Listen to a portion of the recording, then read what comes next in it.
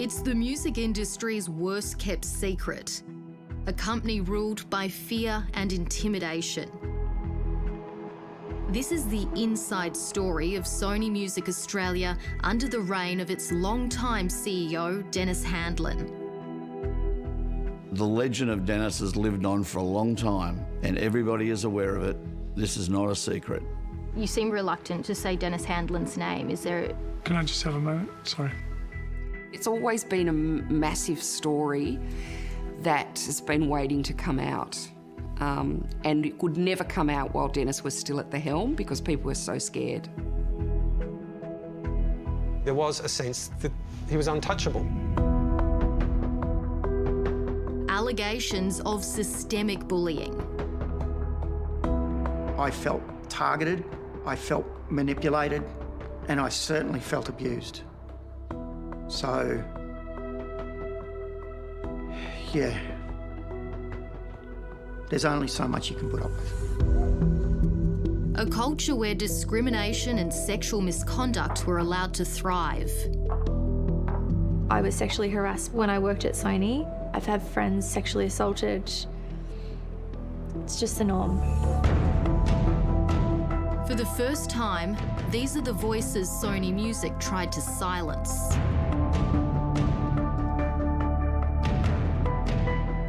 I used to say that the kindest thing I could say about Dennis was that he was sort of an equal opportunity abuser.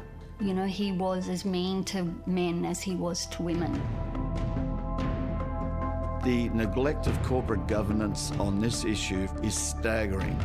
It's disgusting how they've supported one human being, setting aside everybody else in the company. I couldn't go to my grave, in all honesty, without telling the story. We exposed the toxic regime of its infamous former CEO, Dennis Handlin, and how the company's global head office failed to protect its Australian staff for almost 40 years.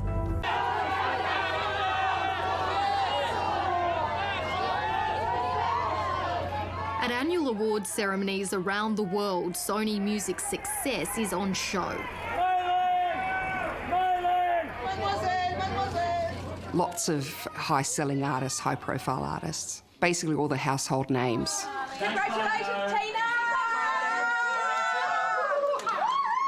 In Australia, the company has launched and fostered some of our biggest acts.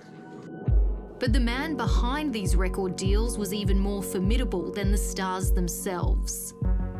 He was a machine, a complete phenomenon, because I don't think anywhere else in the world you'd have a CEO of a music company with that much power, but somehow he built it. Sony's chief executive of 37 years, chairman of the ARIA board, and an officer of the Order of Australia, Dennis Handlin dominated the music business. Until 4 months ago. One of Australian music's most powerful men has been unceremoniously ousted today. I was stunned, actually. I thought he had operated with such impunity for so long. I just couldn't believe that it had actually happened. His sacking came as a bombshell, but the global music juggernaut had known of his behaviour for decades and failed to stop him. I think the thing that has upset most of us was that New York said, oh, we've just found out about this problem. This has just come to light. And we know that there's such a load of hogwash. That myth has to be challenged. For them to just say, oh, we found out about it a month ago or 2 months ago, it's just implausible. And it's embarrassing and it's insulting to everyone that's worked there and copped this abuse for all those years. The neglect of corporate governance on this issue from New York is staggering. Staggering.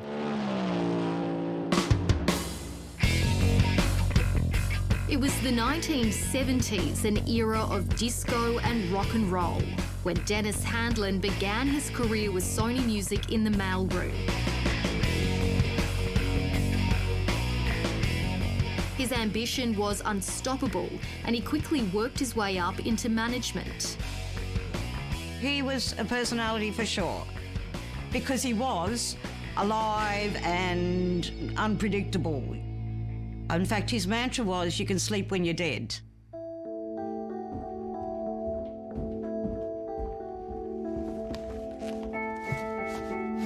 Kathy Hannon worked with Dennis Handlin in 1979 when the company was still CBS Records and he was the national promotions manager.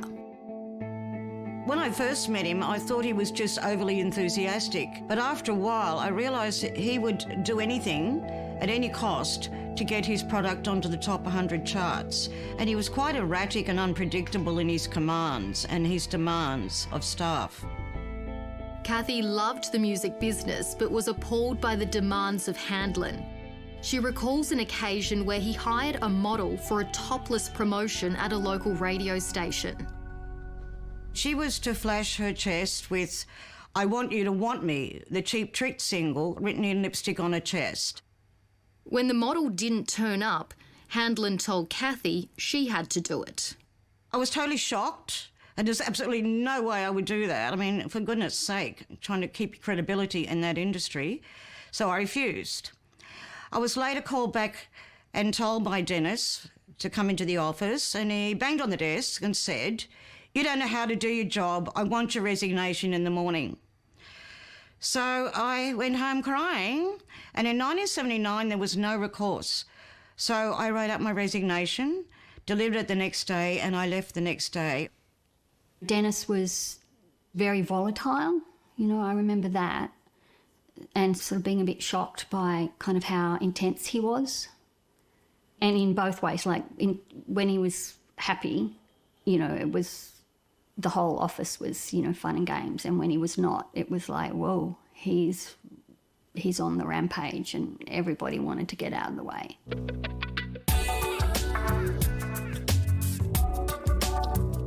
As a secretary working under Handlin in 1985, Eleanor McKay says he had an aggressive win-at-all-costs mentality.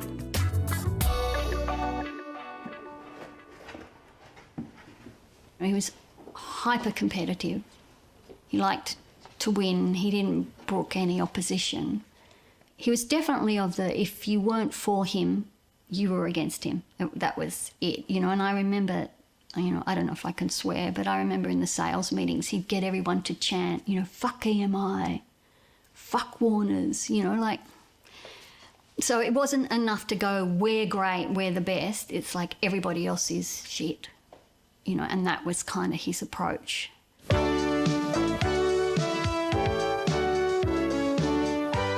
Handlin was a big drinker who liked to be the life of the party, and he expected his team to follow his lead. CBS, rock and roll heaven. Because I'm sick of working to way past 11. He was proud of his ruthless management style. Budget's flowing. What you gonna do when the next big comes? In a staff video obtained by Four Corners, Handlin is seen dressed up as Hitler. We all sleep better when we fuck him up. In a parody of a Mel Brooks song. Grab a chick.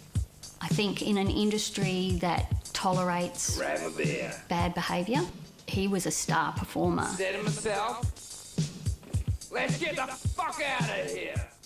So it kind of says something about it. When you actually shock people in music, you're behaving pretty badly.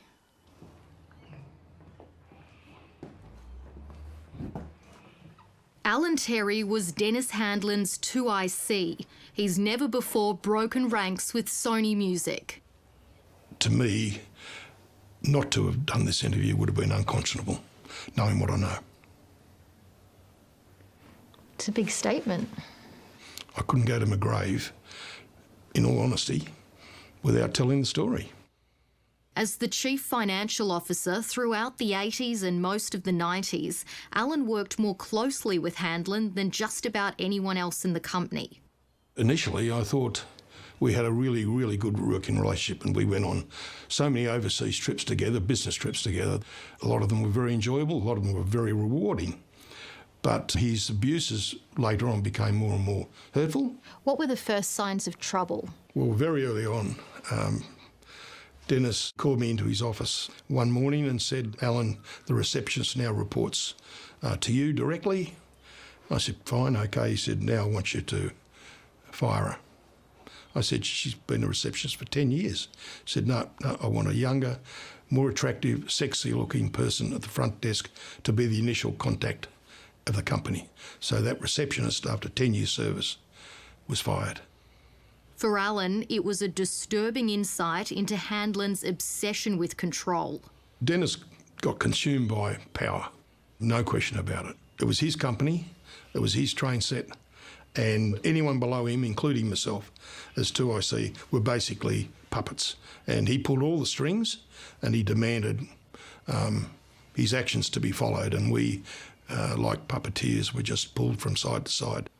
Under Handlin's regime, Alan Terry says he and other executives were singled out and humiliated. His day-to-day dealings with people were pretty much at the executive level.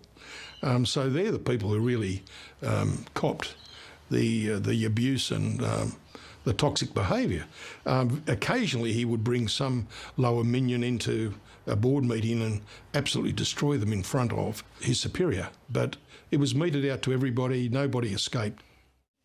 The thing that really struck me was he would sort of do really demeaning things. I remember, there was one incident where he dropped all the papers from his briefcase and he made my boss, get down and pick up all the papers. And it wasn't just that they offered to do it, like he told them, pick that up. I used to say that the kindest thing I could say about Dennis was that he was sort of an equal opportunity abuser. He was as mean to men as he was to women.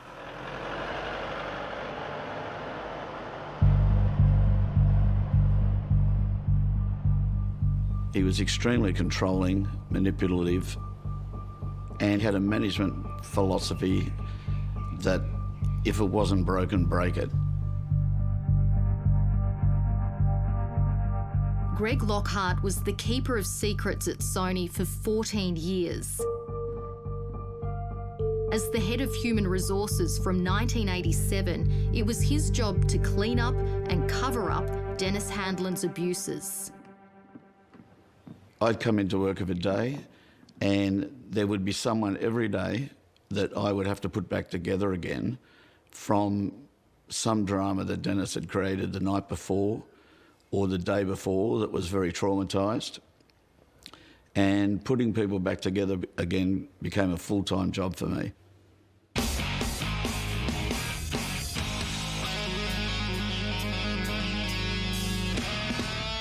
Meet head of Sony Music Australia, Dennis Handlin. Dennis runs the Australian operations of this huge multinational corporation. In the public eye, Dennis Handlin was a self-promotion machine. Dennis must try and sell as many albums as possible. The greatest self-satisfaction that I get out of the business, to be totally frank, is I'm an Australian person running an Australian company here. He was an expert at creating an image for himself. The amount of profile that he had was phenomenal for such a small company. I mean, it was breathtaking, and it didn't matter how much it cost the company to get that image for him. By the late 90s, Handlin was CEO and now chairman of one of Australia's most successful record labels. He schmoozed with the world's biggest pop stars, pushing their albums to the top of the charts and smashing sales. The company appeared to be a shining success under Dennis Handlin's leadership. I really believe the Australian industry is about to go through an exciting new era. We're right in that now. We're right in that eye of change now. But behind the glossy facade, a mutiny was brewing. Were things pretty bad by that stage? Absolutely a crisis point. It's one of those situations that if you didn't fight in the trenches of World War I, you didn't know what it was like. If you didn't work in Sony Music, you had no idea what it was like. People thought they knew. They knew that he was aggressive and a bully and a very, very hard taskmaster, but they didn't have any idea. They just thought it was a typical, I guess, hard boss situation, but it went far beyond that. There had been multiple times through the 90s where I had told executives in New York what was happening, about the drinking, the bullying and the whole thing. in the previous 3 or 4 years, and nothing happened from that. In June 1998, Sony's head office finally paid attention when an executive brought over from the US reported Handlin's behaviour. Alan Terry received a phone call from New York. And he said, "Alan, what's it like working for Dennis Handlin?" And I said, "I'll give it to you in 2 words, utterly miserable." Greg Lockhart says he was asked to write a report for Sony's international president. It was co-authored by 3 other executives, including Alan Terry. And we all sat down and basically presented a report that we wanted to be, above all, accurate. It was a 9-page document that was rather telling to anyone who reads it. There isn't one executive I know that I've worked with at Sony Music Australia that wouldn't come out and support that document 100%. It cannot be challenged. You know, there are too many people that know too much. The report obtained by Four Corners contained damning allegations. He is abusive daily, goes into frequent mad rages of screaming and bullying, constantly humiliates staff in meetings, enjoys intimidating staff, cannot treat women as equals, purposely sets out to destroy people for power. Do you stand by those allegations? 100%. Yes, that's exactly right. The power thing, in the end, we felt we never worked for Sony Music in the end. You work for Dennis Handlin. The report revealed an annual staff turnover of up to 50%, partly because of Handlin's extraordinary habit of firing people for seemingly arbitrary reasons. Has instructed me to terminate people for 1, not smiling at him, 2, not saying hello, 3, not liking the physical look of someone, 4, totally misreading or misinterpreting comments by employees, and 5, for being pregnant. What would have happened if you'd said no, Dennis? Well, I would have been gone. He would have sacked you. That's my opinion. 2 pages of the report were dedicated to concerns about Handlin's drinking habits and the impact it was having on the company. Highly abusive and aggressive to Sony staff and others when he's drunk. Senior managers who are forced by Dennis to stay out regularly till 4 or 5 a.m.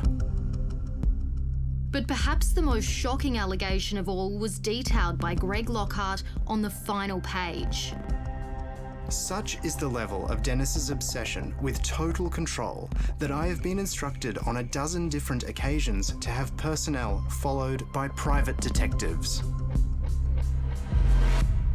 That just seems unfathomable that a CEO would want his own staff followed by private detectives. How did it feel to be carrying out that demand? Oh, terrible. Terrible. And I welcomed the opportunity to actually tell New York. It was just the sheer fact that he actually requested such an event to happen that horrified me. You know, who says, I run a company, I don't trust this person, I'm going to get them followed to see what they're doing. Well, I've never heard of it before, and I hope I never hear of it again. Initially, Sony's head office appeared to take the issue seriously. Dennis Handlin was suspended.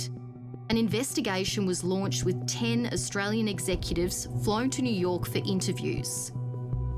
It was amazing because sitting in that room with me were 2 executives that I had discussed over the last 3 or 4 years, exactly what we were discussing in that room.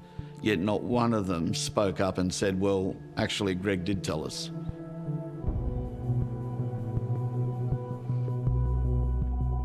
Phil Barter was the financial controller and was asked to compile a special brief on Handlin's use of company funds.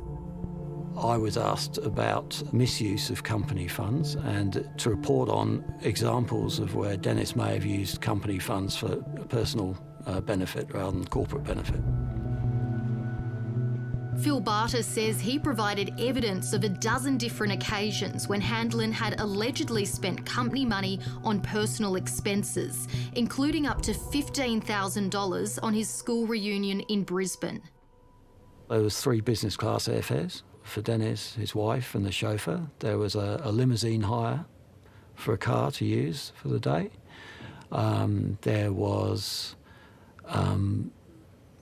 an artist was paid, a well-known Australian Sony music artist performed. To me, there was no question about could that be perceived as something for the benefit of the company. It should have been a personal expense. The list also detailed an allegation that Dennis Handlin had spent company money at brothels. I think we probably expected that he would be sacked. With such a weight of criticism and ammunition against him, no one would expect to keep them. Publicly, Handlin spun his suspension as medical leave due to his punishing work ethic and lashed out at ridiculous rumours. He's quoted in a September 1998 article saying, "Had I done anything dishonest, I'd have been fired by now. Companies like this don't fuck around." We were getting all the assurances from New York, indirectly in my case, but through the HR manager at the time, director at the time, was that he's not coming back.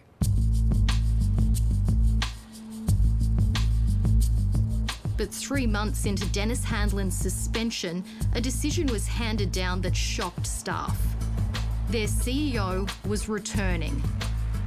And that was a constant theme. He's not coming back, he's not coming back, and then suddenly he's coming back. And I remember the disbelief after all that had happened that this was happening, that he was coming back. And it was just total disbelief. Well, they certainly knew of his issues, but we had been performing well. But we made a lot of money, made our budgets, and I think on that scoreboard alone, they thought, well, he's doing a good enough job. Fearing a mass walkout, Sony offered 15 senior employees cash incentives to stay, totalling $750,000. I was furious. I was insulted, to be honest. I accepted it, and was paid it, but my first reaction was I was insulted. It was almost like an admission that we're doing the wrong thing, but we're going to do it anyway. For Alan Terry, it was the trigger to walk away. I knew my health was suffering. I knew that it just wasn't acceptable to me that the intrusiveness into my life would continue any longer. No amount of money could have enticed me to go back, and I just had this overwhelming relief when I finally left the company that I was in charge of my life again.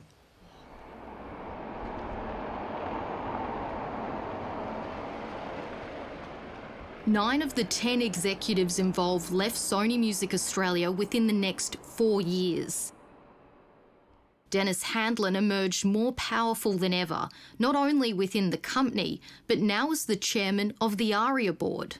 He'd gone through this typhoon and came out the other side, survived out the other way, so I think he must have felt he was untouchable.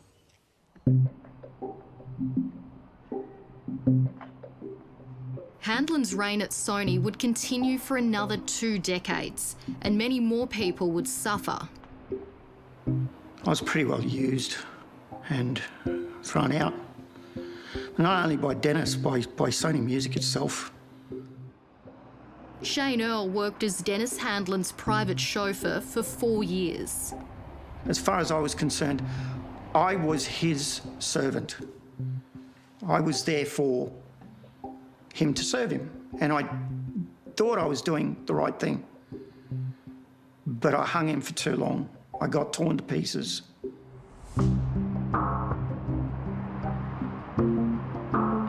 Inside Handlin's company car, Shane Earl says he endured constant verbal and psychological abuse. It'd be a hit and then a retraction, another hit and a retraction. The problem was, as time went by, the hits became much closer together. All I was trying to do was do my job and I felt targeted, I felt manipulated, and I certainly felt abused. Shane kept diaries between 1998 and 2001, documenting Dennis's escalating demands, which included him working up to 90-hour weeks and copping constant aggression. Serious problems with Dennis. Humiliates me in front of other driver. Dennis is looking to attack someone. I will have to maintain a pleasant disposition to keep him off me. There's only so much you can put up with. It might be just driving a car, but you're trying to keep someone who's reasonably unhinged, to keep them on track. Not easy.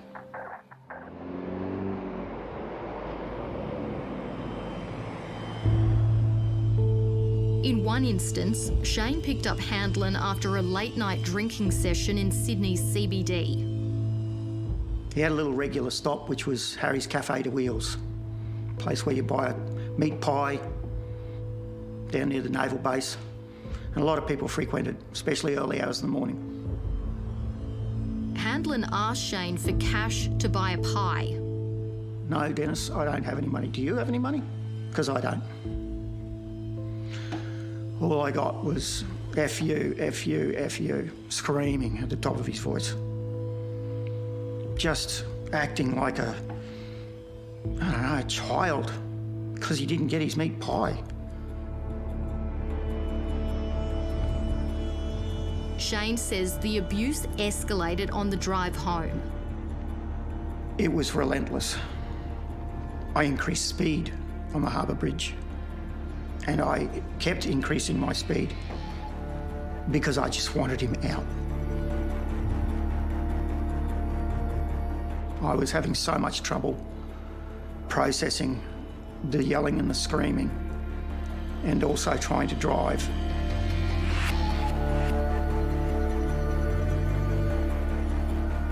Got into the suburbs, and he threw a phone at my head. So I stopped the car. I got out. He said, "What are you doing?" I said, "I'm leaving you." So I grabbed my gear and I walked away.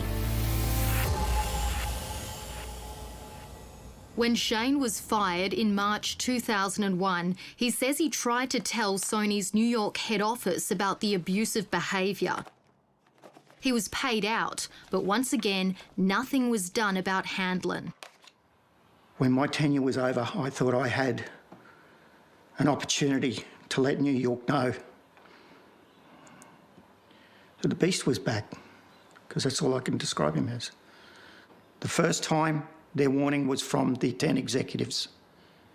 The second time was me, one small individual, calling out and saying, "Hey, you do have a serious problem here." So if the attitude was, "He's just a small guy, he's just a driver, we can make this go away." Okie dokie, the highest selling Australian album. The aria goes to Innocent Eyes, Delta Goodrum. As head of Sony Music Australia and chairman of the ARIA board, Dennis Handlin wielded immense power. Publicly, he championed young female artists like Delta Goodrum. Oh, goodness. Thank you so very much. To my wonderful record company, Dennis Handlin, for signing me when I was 15 years old, and your passion for music and your love for life, and me as a person, thank you so much. Yeah, I love you dearly. But behind the scenes, Sony's female employees were being treated very differently. I would say it was a very difficult place to be a female. The laddish language, the objectification was accepted in that environment. I think I only saw on one case that really sort of offended my values, where I was standing with Dennis and he started making sexual comments about an employee I just hired, breasts, physique, those sort of things. I mean, I would call it locker room chat. Matthew McQuaid says Dennis Handlin's attitudes towards women had a profound impact on the company culture. I felt because of the position of power, it allowed people who wanted to have that laddish view of life the free rein to do it. And there were no consequences for doing it because ultimately one person held all the power. He set the tone.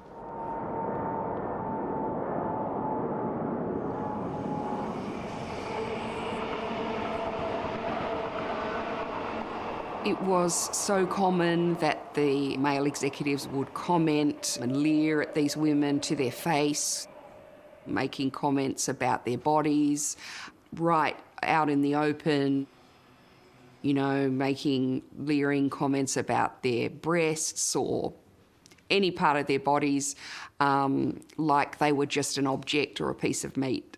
And it was completely thought, you know, it was just par for the course. Irene Saunders was the National Promotions and Publicity Manager at Sony for 6 years.